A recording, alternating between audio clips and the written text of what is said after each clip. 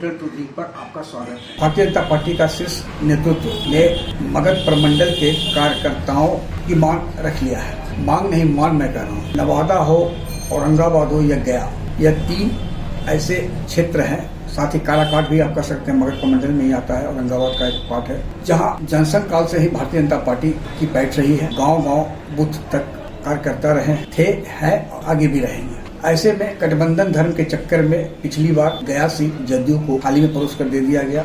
वहीं नवादा इस बार लोजपा को पिछले बार दिया गया था, इस बार भी देने की तैयारी में थे। और मुख्यमंत्री का प्रबल विरोध औरंगाबाद सीट के लिए था बीजेपी से। वे वहां सुशील कुमार सिंह के स्थान पर अपने किसी को वहां पार्टी प्रत्याशी बनाना चाहते थे।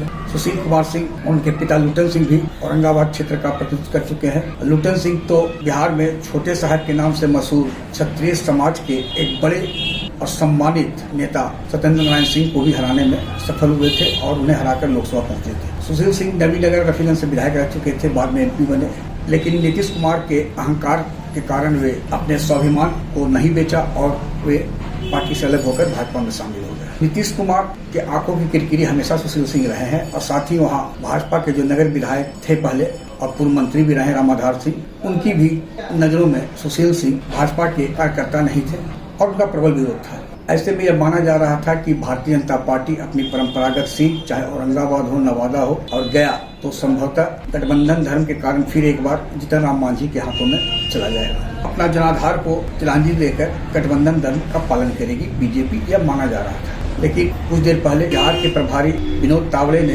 दिल्ली में घोषणा की है कि औरंगाबाद और नवादा सीट बीजेपी के पास रहे और जहानाबाद जदयू के खाते में गई है। ऐसे में यह कयास लगाया जा रहा है कि औरंगाबाद के निवर्तमान सांसद सुशील कुमार सिंह को फिर से पार्टी टिकट देगी, क्योंकि राजनाथ सिंह के वे काफी करीबी हैं। वहीं नवादा से पार्टी की एक नहीं कई प्रत्याशी हैं भारतीय जनता पार्टी में हैं। यदि क्षेत्र में कार्य को देखा जाए तो विधानसभा चुनाव के बाद से ही लोजपा रामविलास के राष्ट्रीय प्रवक्ता धीरेन्द्र कुमार सिन्हा और मुन्ना दिन रात लगे हुए हैं। पहले वे भारतीय जनता पार्टी युवा मोर्चा के प्रदेश के पदाधिकारी भी रहे थे, तो पाला भी बदल सकते हैं यदि टिकट मिला। लेकिन वारसलीगंज की विधायक अरुणा देवी मंत्री नहीं बनाई गई है, उनका भी नाम संभावित प्रत्याशियों की सूची में शामिल हो सकता है। अनिल सिंह जो हिसुआ के पूर्व विधायक हैं, वे भी प्रबल दावेदार हो सकते हैं। ऐसे कई नाम हैं और भारतीय जनता पार्टी को चर्चित नाम न देकर किसी आम कार्यकर्ता को भी प्रत्याशी बनाते रही है।